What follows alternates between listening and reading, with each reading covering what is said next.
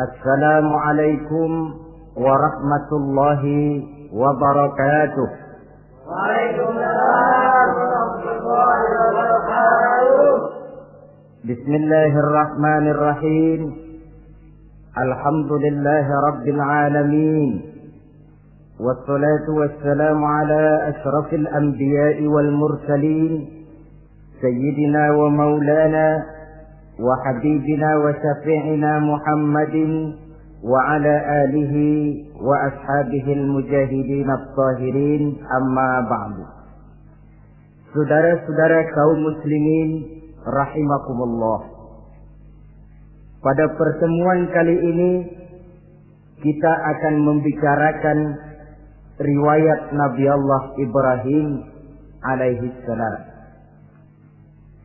Beliau termasuk salah satu dari 5 orang rasul yang merupakan kelompok yang dikenal dengan ulul azmi, yaitu para rasul yang dinilai mempunyai kelebihan di dalam keutamaan, ketabahan, keuletan, dan sikap istiqomah di dalam berjuang. Jumlahnya ada 5, yaitu Nabi Nuh, Nabi Ibrahim, Nabi Musa, Nabi Isa, dan Nabi Muhammad alaihi wassalatu wassalam. Sebagaimana yang kita maklum bahwa Nabi Allah Ibrahim alaihi salam lahir pada masa pemerintahan Raja Namrud laknatullah alaih. Namrud adalah figur yang lebih merupakan kekuatan daripada keadilan, lebih merupakan kezaliman daripada kebijaksanaan. Ia seorang raja yang memerintah secara sewenang-wenang, lalu dengan segala macam cara berusaha mempertahankan kekuasaannya. Itu sebabnya di hari-hari menjelang kelahiran Nabi Allah Ibrahim alaihi salam, entah oleh karena rasa takut dan khawatir akan munculnya orang-orang yang dapat menumbangkan kekuasaannya, entah karena bisikan ahli nujum atau dukun-dukun yang memang banyak mengelilingi istananya, ia memutuskan untuk membunuh seluruh bayi yang dilahirkan dalam bentuk laki-laki. Ini dilatar belakangi oleh kekhawatiran akan muncul seseorang yang dapat menghancurkan kekuasaannya, sebagaimana Fir'aun laknatullah alaih. Itulah sebabnya di zaman sebelum Nabi Ibrahim dilahirkan, Raja Namrud membuat peraturan. Apabila seorang ibu melahirkan bayi laki-laki, bunuh bayi itu. Seluruh perempuan hamil berada di bawah pengawasan aparatur negara, dan laki-laki dianjurkan untuk jangan dekat-dekat dengan istrinya guna menghindari terjadinya proses kehamilan ini. Entah berapa ratus bahkan berapa ribu bayi laki-laki yang jadi korban tanpa dosa dari sebab kelaliman pemerintahan Raja Namrud laknatullah alaih ini. Kita teringat kepada satu hadis di mana Rasulullah sallallahu alaihi wasallam pernah bersabda, Ya'ti 'alan nasi zamanun ru'asa'uhum kal asad wa wuzara'uhum kal zi'ab wa qudatuhum kal kilab wa katsirun nasi yawma idzin kal aghnam. Pada satu saat, kata Nabi, akan datang di tengah masyarakat manusia di mana pada masa itu muncul pemimpin-pemimpin yang bertingkah laku seperti singa. Ru'asa'uhum kal asad. Pemimpin-pemimpin mereka bertingkah laku seperti singa. Saudara kenal singa? Saudara boleh periksa. Di mana ada hutan, singa selalu menjadi raja. Padahal hutan belum pernah bikin pemilihan umum. Tapi yang namanya singa tidak pernah peduli. Ada pemilihan atau tidak, raja hutan tetap singa. Kenapa? Karena singa menjadi raja di hutan bukan berdasarkan kebenaran, tapi karena kekuatan. Karena kuat, maka dia naik jadi raja. Soal benar atau tidak, soal lain. Maka sebagai akibatnya, setelah si singa ini naik menjadi raja hutan, dia bukan melindungi rakyatnya, malah makanin rakyatnya. Coba saudara lihat di hutan. Kambing rakyat hutan dimakan oleh singa. Ayam rakyat hutan dimakan oleh singa. Sapi rakyat hutan dimakan oleh singa. Inilah akibatnya karena singa naik berdasarkan kekuatan. Setelah naik bukan melindungi rakyatnya, malah makanin rakyatnya. Mental semacam inilah yang dimiliki oleh Raja Namrud laknatullah alaih. Cuma karena rasa ketakutan akan datang orang yang akan menumbangkan kekuasaannya, maka seluruh bayi laki-laki harus dibunuh tanpa dosa apapun. Itulah kata Nabi, akan datang di tengah masyarakat manusia muncul pemimpin-pemimpin yang mentalnya seperti singa. Nah kalau yang jadi pemimpin sudah seperti singa, wa wuzara'uhum kazzi'ab. Yang jadi wazir, yang jadi menteri kata Nabi, lagunya seperti serigala. Nyetel ini, tapi seperti serigala. Apa serigala itu? Saudara tahu dalam dongeng anak-anak, serigala itu kan binatang yang paling licik. Untuk terang-terangan dia tidak berani karena tidak punya kekuatan seperti sang singa. Maka dia pakai ilmu kelicikannya. Serigala itu kalau ingin makan daging ayam, pakai bulu ayam. Kalau kepengen makan daging kambing, pakai bulu kambing. Pendeknya, serigala binatang yang menghalalkan segala macam cara asal tujuan tercapai. Itulah serigala. Lambang dari sifat kelicikan. Lempar batu, sembunyi tangan. Pengen makan daging ayam, pakai bulu ayam, nyaruh jadi ayam. Pengen makan daging kambing, pakai bulu kambing, nyaruh jadi kambing. Ini akibat dari yang pertama tadi. Pemimpin seperti singa, lalu menteri pun seperti serigala. Efeknya kemudian yang segera menyusul apa? Wa qudatuhum kalsilab. Kalau pemimpin sudah seperti singa, menteri sudah seperti serigala, wa qudatuhum kalsilab, akan muncullah para penegak hukum yang mentalnya seperti anjing. Inna lillahi wa inna ilaihi raji'un. Penegak hukum yang mentalnya seperti anjing itu. Anjing, saudara lihat, anjing akan setia kepada siapa saja yang memberinya daging. Kalau dia disuruh jaga rumah, dia tidak bisa membedakan mana yang maling, mana yang tamu. Biar yang datang tamu, kalau nggak bawa apa-apa, pasti digonggong. Biar yang datang maling, kalau bawa daging, anjing kalem. Pokoknya siapa yang berdaging, itulah majikan saya. Apa kata majikan saya, itulah yang saya laksanakan. Maka hilang kebenaran hukum, hancur norma-norma keadilan. Oleh karena apa? Oleh karena anjing dapat daging. Lalu dalam kondisi semacam itu, yang jadi rakyat bagaimana? Kata Nabi, wa katsirun nas yauma idzin kal aghnam. Adapun kebanyakan orang pada masa itu, lagunya sudah seperti kambing. Saudara, kambing itu binatang yang cuma menang groyokan dan tidak punya alternatif. Namanya kambing, digiring ke lapangan mbe. Betul kan? Digiring ke kuali mbe. Dikasih makan rumput mbe. Sampai pun mau dipotong, masih mbe juga. Tidak punya pilihan lain si kambing ini. Tidak punya alternatif lain. Kondisi semacam inilah yang terjadi di masa pemerintahan Raja Namrud laknatullah alaih. Oleh karena diiming-iming, dibisiki oleh dukun-dukunnya, oleh nujum-nujum yang mengelilingi istananya, bahwa akan datang seorang anak laki yang kelak akan menumbangkan kekuasaannya, dia mengeluarkan peraturan. Ya, peraturan singa. Mulai saat ini diumumkan kepada seluruh rakyat, siapa-siapa perempuan melahirkan bayi laki-laki, bunuh hidup-hidup. Seluruh orang bunting di bawah pengawasan Hansip negara.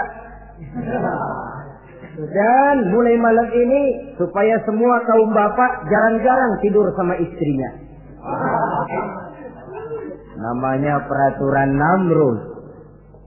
Tapi apa yang memang Allah kehendaki untuk terjadi, pasti terjadi.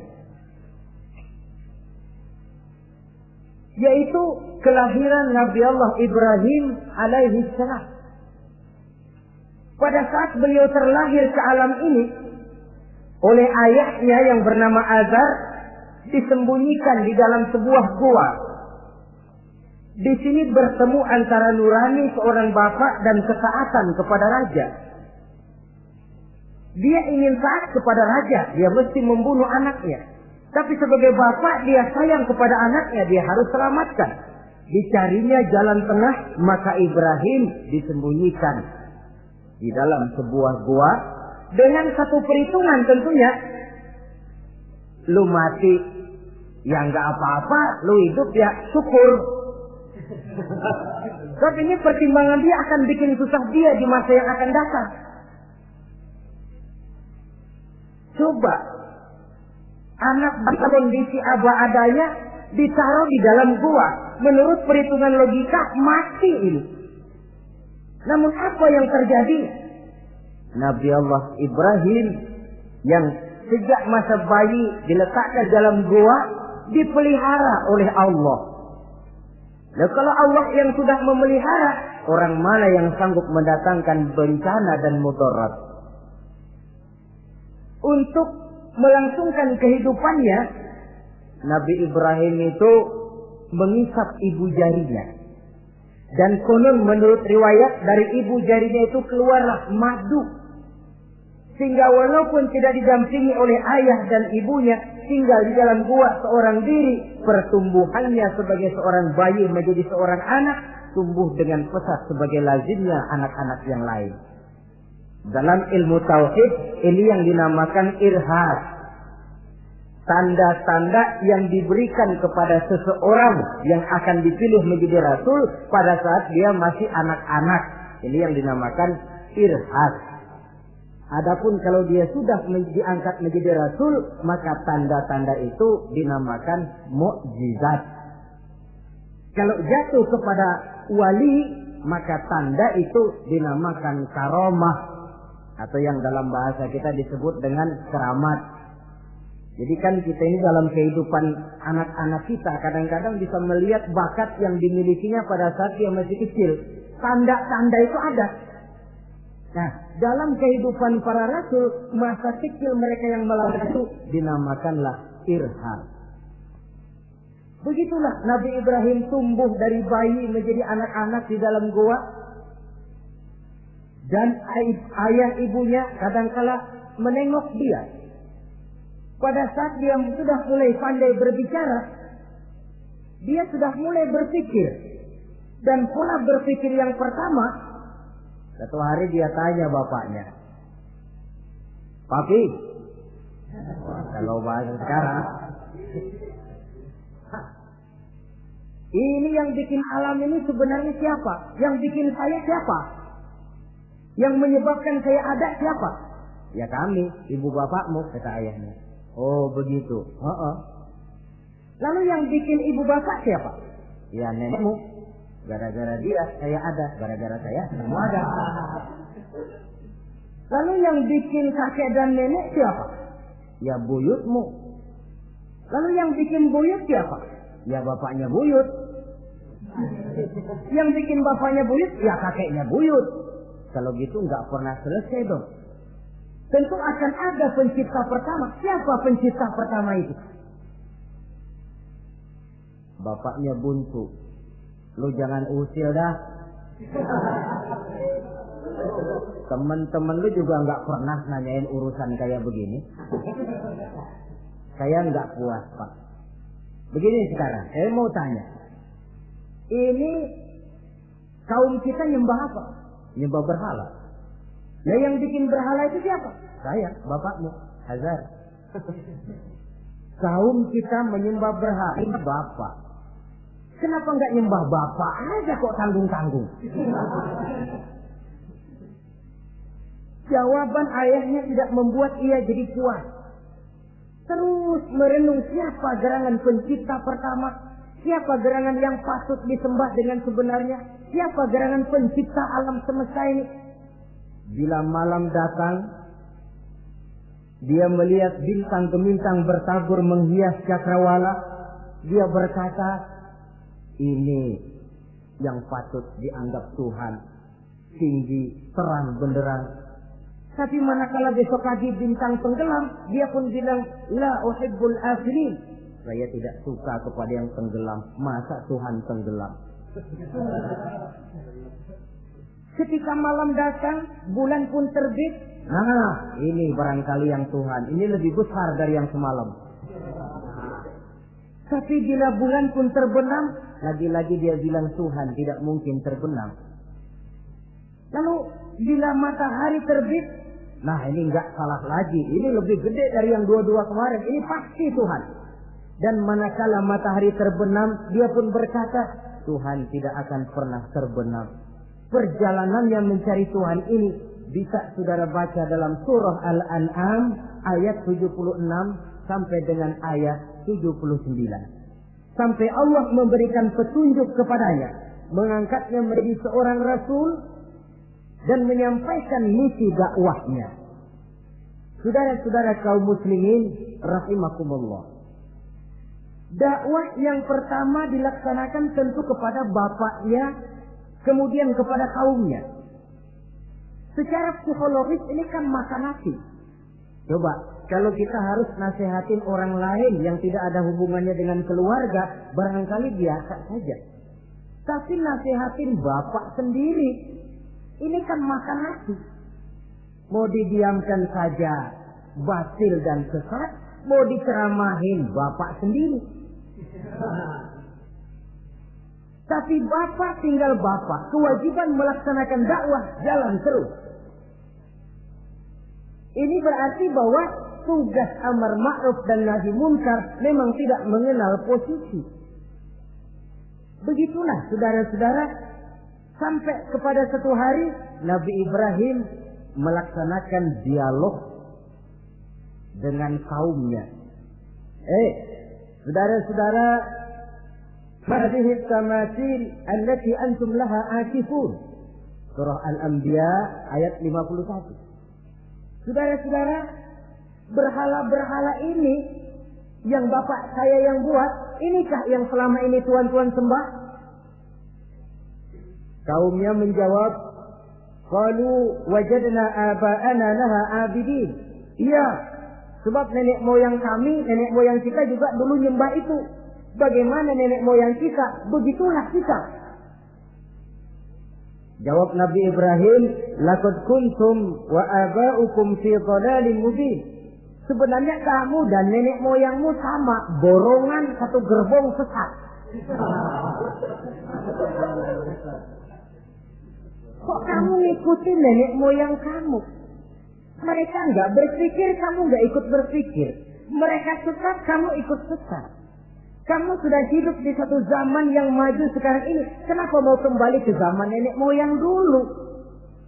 Menyembah berhala yang nyata-nyata tidak sanggup mendengar, tidak sanggup melihat, tidak sanggup memberikan manfaat mudarat.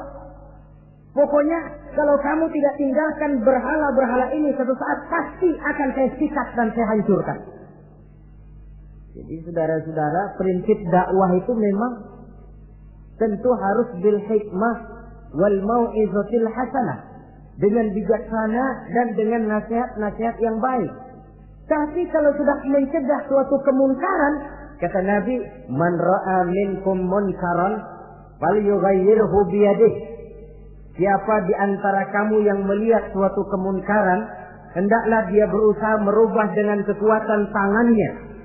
Kalau dengan tangannya dia tidak sanggup, fabilisani, hendaklah dengan lidahnya. Kalau itu pun dia tidak mampu, fabiqalbi, hendaklah dalam hatinya. Dan mencegah suatu kemungkaran dengan hati, itulah nilai iman yang terendah adanya. Nabi Ibrahim melihat bahwa watak menyembah berhala ini sudah berurat dan berakar. Kenapa? Mereka mengembalikan itu kepada kebiasaan dan tradisi nenek moyang. Sama juga di zaman kita sekarang ini. Sudah kita menegakkan tauhid, membina sebersih-bersih iman, menegakkan semulus-mulus tauhid. Ada juga kelompok orang yang mau mengembalikan kita ke zaman nenek moyang, ke zaman animis, menghidupi tradisi nenek moyang dalam hal ibadah, dalam hal ubudiyah. Tentu merupakan langkah kemunduran adanya. Dan ini bukan barang baru. Umat Nabi Ibrahim sudah memberikan contoh. Kenapa kami menyembah berhala? Sebab nenek moyang kami menyembah berhala. Nabi Ibrahim jawab gampang aja. Iya lo borongan, sekerbong, lempeng semua sesat. Kaum muslimin rahimakumullah. Dan bukan cuma kata, dibuktikan oleh Nabi Allah Ibrahim. Begitu Raja Namrud menurut satu riwayat bersama para tentaranya pergi berburu, Nabi Ibrahim ngintip-ngintip. Begitu Namrud keluar, beliau masuk. Kalau istilah kita, ke tempat Namrud ibadah, ke masjidnya dah. Di mana di situ tersimpan seluruh berhala yang mereka sembah, dari yang paling gede sampai yang paling kecil. Nabi Ibrahim masuk bawa kampak. Seluruh berhala-berhala yang ada di tempat itu habis dikampakin, hancur berantakan. Kecuali berhala yang paling gede, itu ditinggalin, nggak diapa-apain, dan kampaknya ditaruh di tangan berhala yang paling gede. Memang kebetulan tangannya lagi teracung begini, digantungkan kampak di situ. Nabi Ibrahim keluar. Adapun Namrud, ketika dia pulang dari perburuannya, mau melaksanakan ibadah, bukan main terkejutnya melihat Tuhannya berantakan.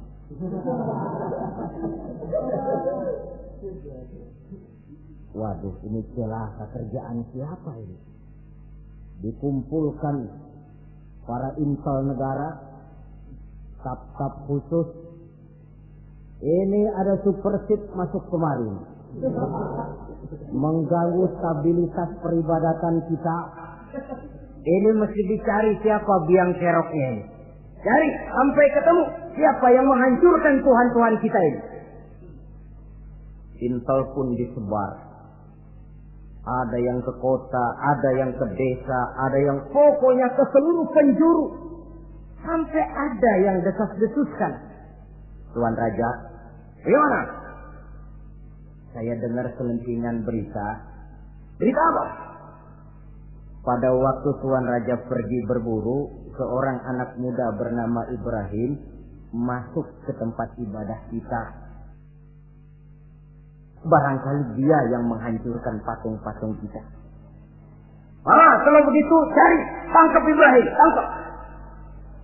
Panggil kepala intel. Dipanggil. Kamu cari orang namanya Ibrahim, tangkap. Kok ditangkap? Tangkap. Sebab menurut berita dia yang menghancurkan berhala-berhala kita. Ya tapi kan belum ada buktinya, Pak. Soal bukti gampang, belakangan, yang penting tangkap aja dulu.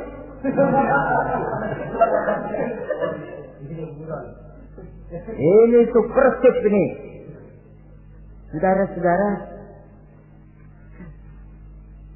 dicarilah Nabi Allah Ibrahim, ketemu, dihadapkan kepada Raja Namrud, disidang di pengadilan terbuka, disaksikan orang banyak, dibuka oleh Raja Namrud. Sidang luar biasa dalam rangka memeriksa dan mengadili tertuduh Ibrahim. Dengan ini kami nyatakan dibuka untuk umum.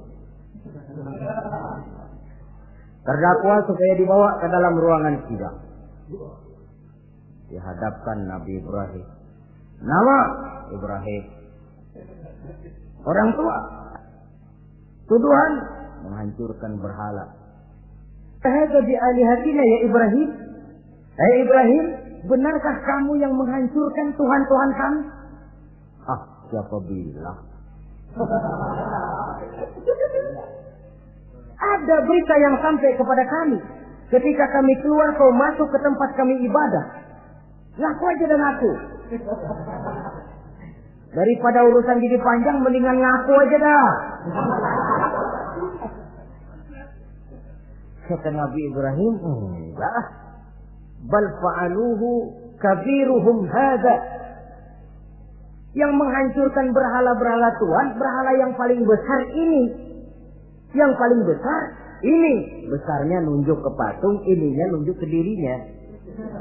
Kabiruhum kepada berhala, hadza kepada dirinya sendiri. Wah, enggak, kata Nabi Ibrahim.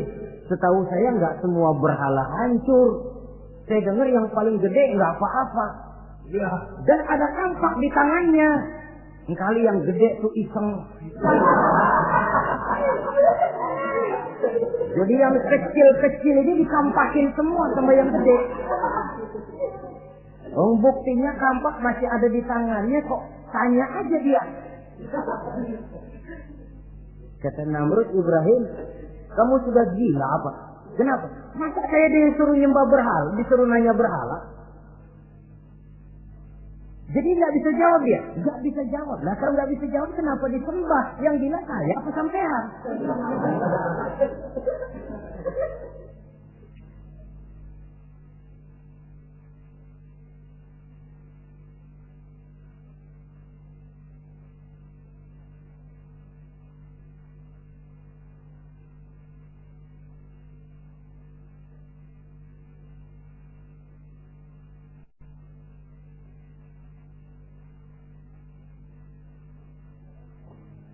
Merasa tidak sanggup menghadapi argumentasi yang diajukan oleh Nabi Allah Ibrahim, Namrud salap. Dalam kesalapannya itulah ia menjatuhkan vonis bahwa Nabi Allah Ibrahim dihukum bakar hidup-hidup.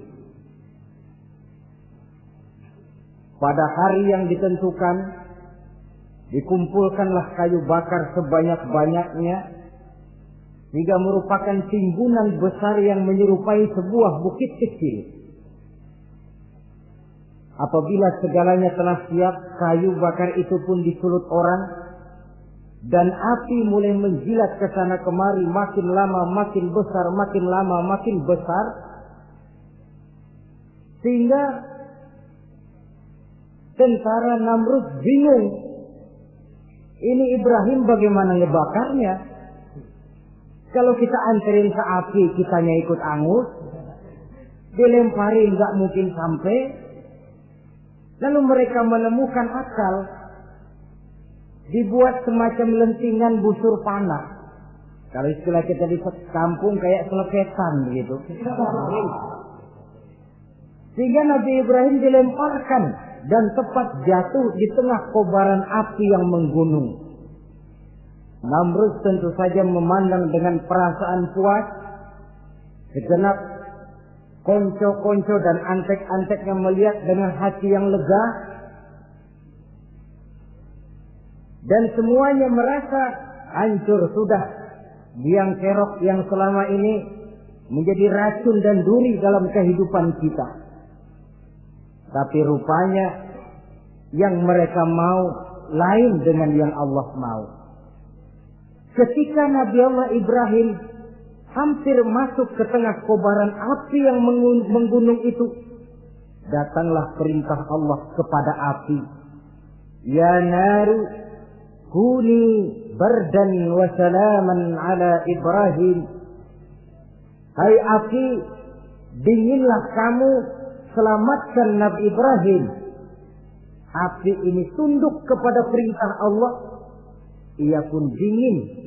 Sehingga Nabi Ibrahim di tengah kobaran api yang menggunung, seujung rambut pun tidak terbakar, malah kedinginan di tengah kobaran api.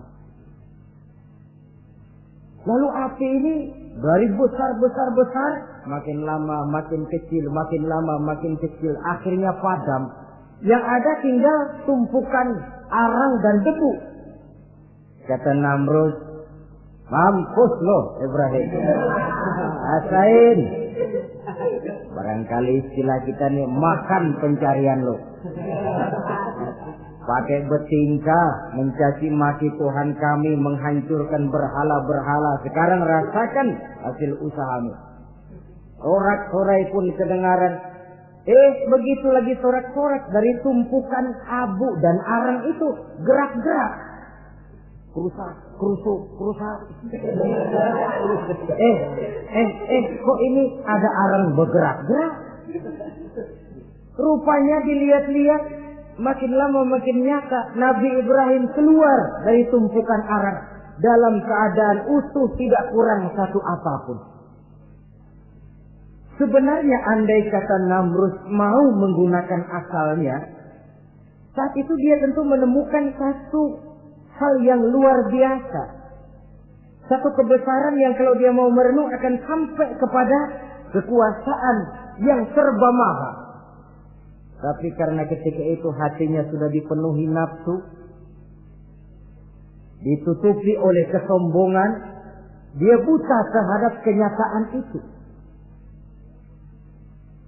Kaum muslimin rahimakumullah, akhirnya Nabi Allah Ibrahim ini diteror langsung oleh orang tuanya. Kata abahnya, "Aradibun anta an alihati ya Ibrahim? Ibrahim, kau benar-benar tidak senang kepada Tuhan-Tuhan kami, berhala-berhala ini? La in lam tantahi la arjumannaka wahjurni maliya."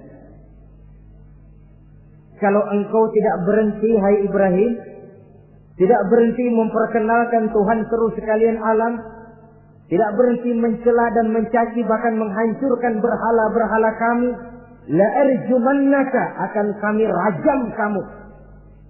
Iya, kalau raja yang ngancam begini, orang tua beliau sendiri ngancam begini. Itulah tantangan dakwah, saudara-saudara. Kita melaksanakan dakwah ini tempo-tempo berhadapan dengan penguasa yang mentalnya macam Namrud. Tempo-tempo berhadapan dengan orang kaya yang pelitnya macam Qarun. Tempo-tempo berhadapan dengan orang tua yang mentalnya macam Azar. Orang tua yang kaku, yang tidak mau terbuka terhadap kenyataan. Istilah di kampung kita, orang tua yang laceng. Tahu laceng? Udah salah kenceng. Sulit benar menerima pembaruan yang membawa umat kepada masalah-masalah yang memang nyata lebih baiknya. Itulah tantangan di dalam melaksanakan tugas dakwah, dan ini dihadapi oleh Nabi Allah Ibrahim.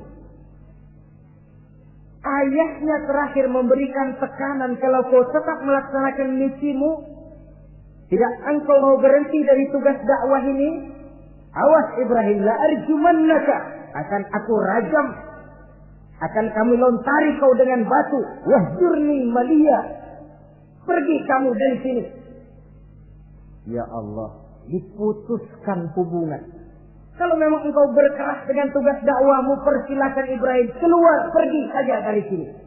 Diusir oleh orang tuanya sendiri. Inilah hidayah, saudara-saudara. Oleh sebab itu, tugas utama kita kaum muslimin sebenarnya bukan mengislamkan orang, tapi menyampaikan Islam. Tugas kita ialah menyampaikan Islam, bukan mengislamkan orang. Sebab orang mau Islam atau tidak, itu urusan hidayah dari Allah. Jangankan kita, Nabi Ibrahim tidak sanggup mentauhidkan ayahnya Azar. Nabi Nuh tidak bisa mengislamkan putranya Kan'an. Bahkan Nabi kita Muhammad sallallahu alaihi wasallam pun tidak bisa memberikan hidayah kepada Abu Jahal dan Abu Lahab. paman Nabi, orang tua Nabi, anak Nabi, istri Nabi sekalipun, hidayah tidak diberikan kepada mereka, mereka tidak terpanggil mengikuti kebenaran. Kalau sudah kenyataan ini yang kita temui, kembalilah kepada konsep Quran. Allahumma inni qad ballaghtu, wahai Allah, seruanmu sudah saya sampaikan, dakwahmu sudah saya canangkan, ajakan kepada tauhid sudah saya sampaikan. Allahumma inni qad ballaghtu, sudah saya sampaikan ya Allah. Perkara mereka tidak mau ikut, itu karena semata-mata hidayah berada di tanganmu ya Allah. Kalau kemarin landasan dakwah kita, insya Allah tugas dakwah kita berkelangsungan. Kalau tidak, makan hati. Kita pikirin, ya orang gua ajak benar-benar nggak mau, ya dipikirin. Saya ajak ngaji malah dikasih maki, saya ajak yang baik malah saya dicemoohkan. Kok begini dakwah? Akhirnya dipikirin, sakit jantungan. Sudah orang nggak kena kita ajak beriman, kita sendiri makan ke dalam. Itulah Quran meletakkan konsep di dasar, sampaikan dakwah dengan baik, bil hikmah wal mau'izatil hasanah wajadilhum billati hiya ahsan. Kalau ternyata metode sudah baik tapi orang tidak juga mau beriman, tanamkan dalam hati, Allahumma inni qad ballaghtu. Ya Allah, tugas saya cuma sekedar menyampaikan. Perkara mereka tidak mau, saya sudah menyampaikan ya Allah, terserah hidayahmu. Kelapangan jiwa akan kita temui di sana. Entah berhadapan dengan penguasa yang punya mental kayak Namrud, bertingkah laku sewenang-wenang, aji mumpung, mentang-mentang kuasa lalu saenake dhewe, menghitamkan yang putih, memutihkan yang hitam menurut seleranya saja. Entah berhadapan dengan orang kaya yang punya mental seperti Qarun, makin kaya tapi makin bakhil, atau berhadapan dengan orang-orang tua yang punya tingkah laku seperti Azar. Diperlukan sikap lapang dada untuk menyampaikan risalah Islam ini. Terhadap reaksi keras dari abahnya ini apa? Kata Nabi Ibrahim. Surah Maryam ayat 47 menjelaskan, Salamun alaika sa'astaghfiru laka rabbi innahu kana bi hafiyya wa a'tazilukum wa ma ta'buduna min dunillah. Kalau memang begitu apa? Salamun alaika. Oke Abah, selamat jalan. Marilah kita tempuh jalan kita masing-masing. Saya memang anak Bapak, tapi tauhid adalah prinsip. Allah Tuhan saya. Ini prinsip. Kalau Bapak tidak mau mengikuti seruan saya, padahal saya sayang kepada Bapak, saya cinta kepada Bapak, saya tidak ingin Bapak bersekutu dengan setan. Saya tidak ingin Bapak menemani setan di dalam neraka. Saya ingin menyelamatkan Bapak. Tapi ini rupanya vonis Bapak. Hendak merajam saya, mengusir saya dari sini. Oke, Bapak. Salamun alaika. Selamat jalan. Sa'astaghfirullah. Saya akan memohon ampun kepada Allah untuk Bapak. Memohon ampun. Jadi walaupun dalam Islam kita berbeda akidah dengan orang tua, tetapi kewajiban untuk berbakti tidak menjadi putus karenanya. Dalam surah Luqman dijelaskan, apabila kedua orang tuamu memaksamu untuk menyekutukan Allah, jangan taati. Tetapi sungguh pun demikian, wa sahibhuma fid dunya ma'rufa. Tetaplah engkau pergauli keduanya di dunia ini secara baik.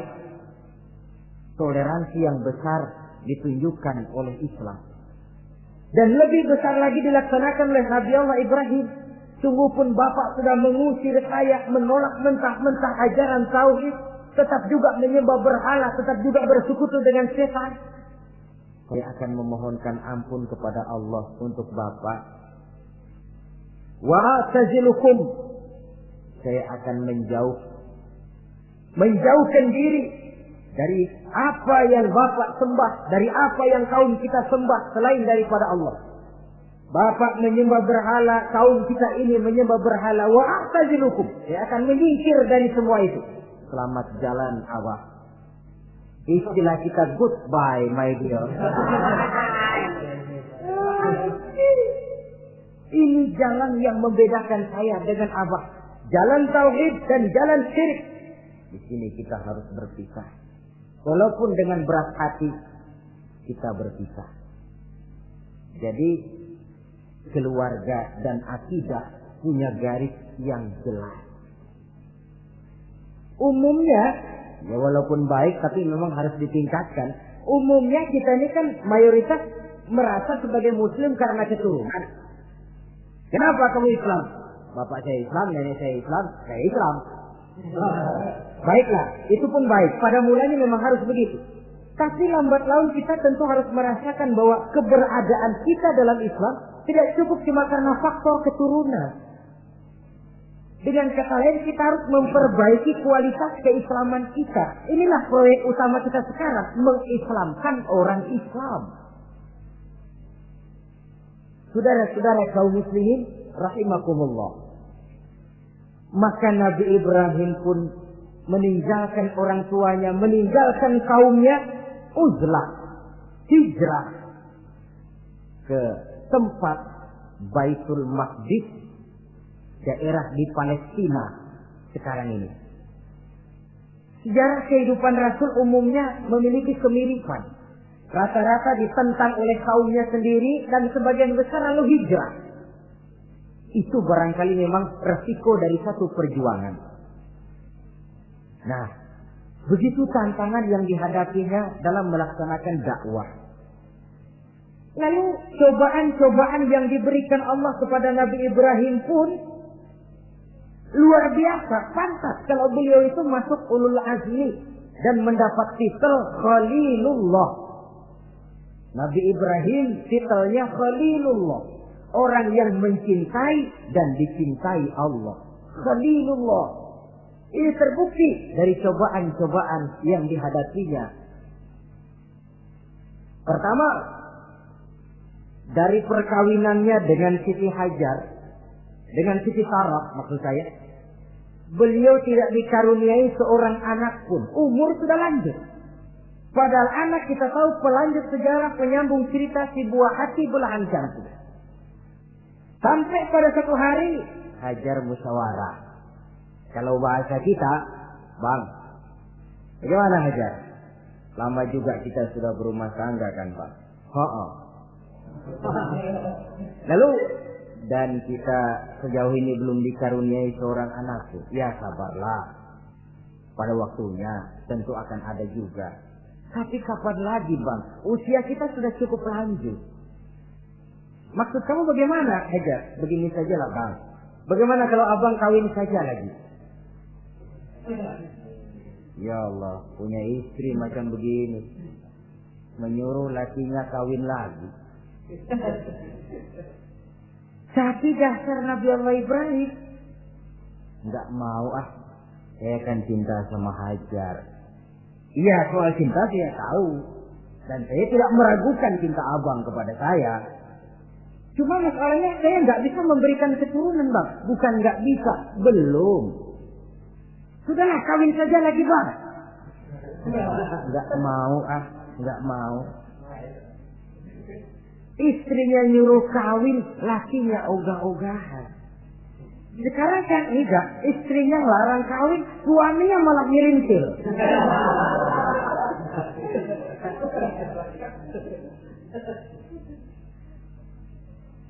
Sampai ketika didesak kata Ibrahim, ya kalau itu yang Sarah Hajar mau, biarlah, jadilah.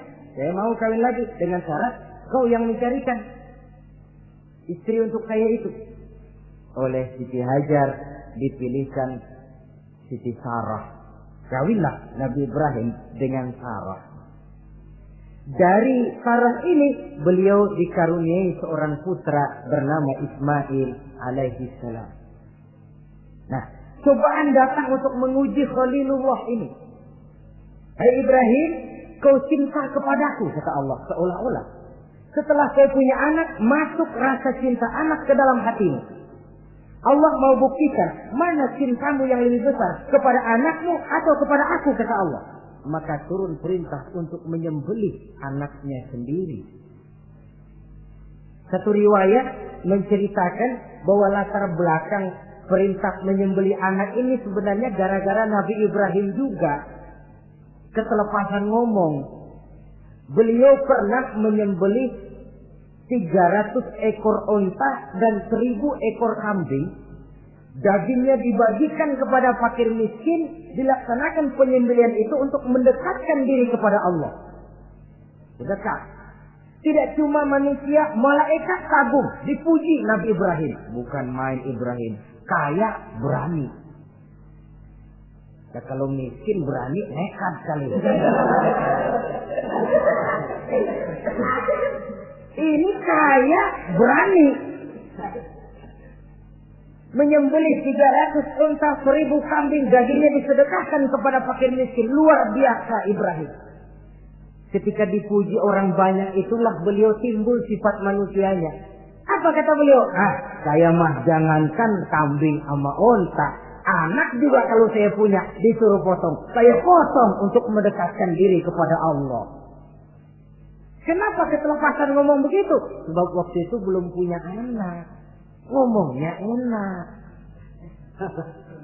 Sama juga kita, goma kalau punya motor, siapa juga ketemu di jalanan, gue boncengin. Lagi belum punya. Kalau udah punya, lain gayanya. Itu biasa itu, omongan orang belum kaya emang gitu.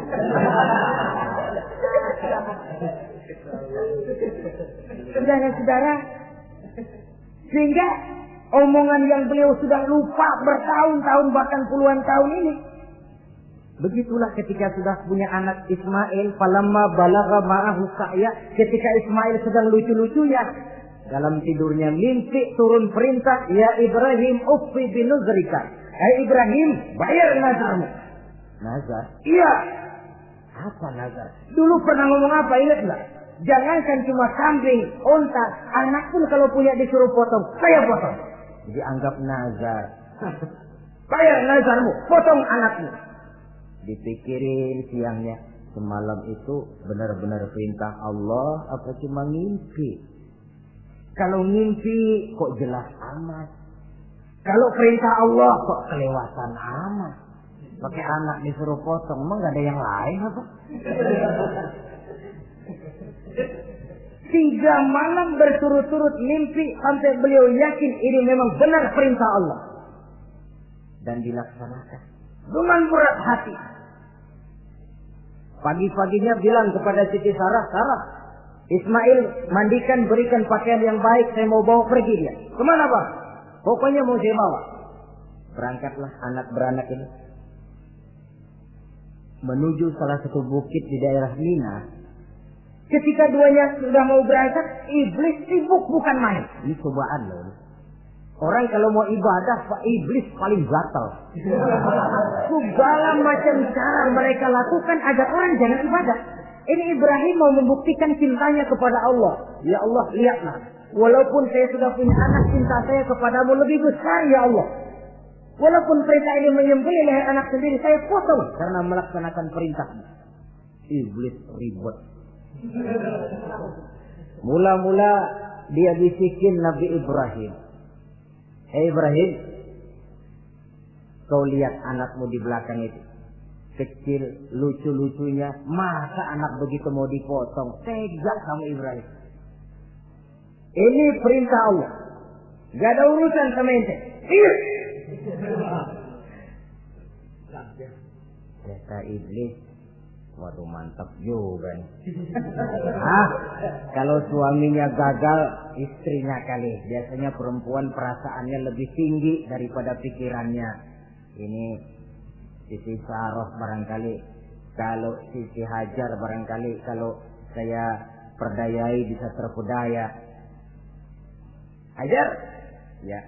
Kamu tahu anakmu Ismail mau dibawa kemana? Saya tidak tahu. Mau dipotong, ya. Suamimu Ibrahim mau dipotong. Dipotong. Kok bisa begitu? Iya, katanya ini perintah Allah. Iblis, Kalau memang ini perintah Allah, jangankan cuma anak saya Ismail, saya juga ibunya mau ikut dipotong. Wah, kata iblis nih gilaan lagi dari laki. Saya kira karena perempuan bisa barangkali dilemahkan semangatnya, saya tidak. Ismail nih masih kecil kali ini, gampang dikelecehin. Ismail, kau mau dipotong oleh ayahmu? Dipotong. Kok bisa begitu? Katanya perintah Allah. Kalau memang ini perintah Allah, saya siap. Iblis mau ngomong lagi, Nabi Ibrahim Ismail ngambil batu disambitin iblis. Izhab ya la'in, pergi, laknat terkutuk kamu. Nyambitinnya itu sampai sekarang jadi ikutan dalam salah satu pelaksanaan ibadah haji yang disebut zumrah, melontar. Itu simbol permusuhan abadi antara manusia dengan iblis. Jadi kalau ada orang mau berbuat baik, iblis itu datang dari 3 penjuru. Dari bapak, dari anak, dari istri. Kadang-kadang bapaknya nggak kena, istrinya dibujukin. Laki lu sok loyar menyumbang masjid. Jangan kasih duit, simpan aja baik-baik. Istri nggak kena, anak. Segala macam cara iblis berusaha. Baru sampai di bukit yang dituju, Nabi Ibrahim buka kartu. Ismail, Abah diperintah Allah menyembelih lehermu. Bagaimana? Kerjakan apa jangan? Kalau memang itu perintah Allah, kerjakan apa? Insya Allah Abah akan menemukan saya termasuk orang sabar. Ini jawaban anak soleh. Coba kalau jawaban anak pintar nggak soleh, bukan begitu. Ismail, saya disuruh motong lehermu. Bagaimana? Kenapa saya Pak? Bapak aja yang tuaan potong.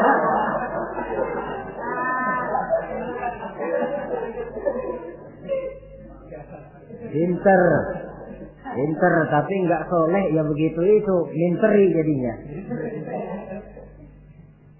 Saudara-saudara, sampai Nabi Ismail diganti oleh Allah dengan seekor kambing kibas. Cobaan terhadap kecintaannya kepada Allah. Kau cinta aku, itu benar. Tapi setelah kau punya anak, rasa cinta anak masuk ke dalam hatimu. Mana lebih besar, cintamu kepada anakmu atau cintamu kepada aku, kata Allah. Terbukti cintanya kepada Allah lebih besar daripada cintanya kepada anaknya. Bukankah nilai cinta itu baru terasa nyata kalau sudah lewat cobaan, lewat pembuktian. Sehingga dengan demikian kata orang, biasanya cinta itu menuntut pengorbanan. Berani bercinta, berani berkorban. Jangan takut berkorban, nggak usah cinta-cintaan.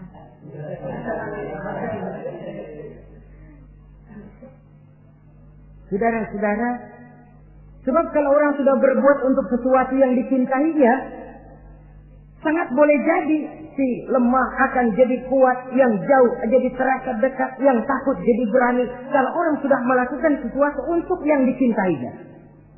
Seorang bapak karena cintanya kepada anaknya, dia rela pergi pagi pulang sore, peras keringat banting tulang supaya hari depan anaknya lebih baik daripada dia.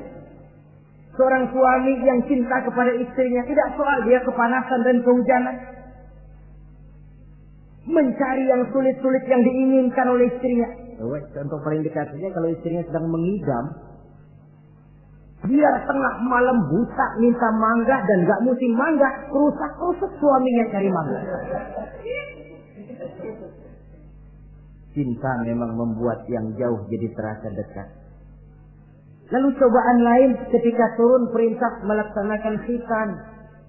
Umur beliau menurut riwayat Abi Daud sudah umur 80 tahun.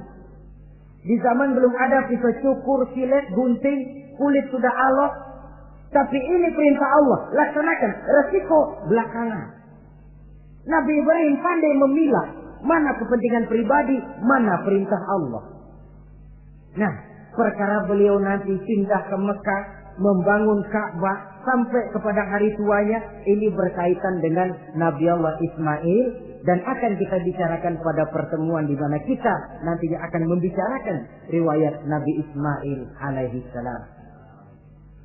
Untuk riwayat Nabi Ibrahim, walaupun serba singkat, hingga ini sajalah dahulu, dan mudah-mudahan menjadi tamsil, ibarat dan contoh yang bisa kita jadikan pegangan di dalam kehidupan kita sehari-hari.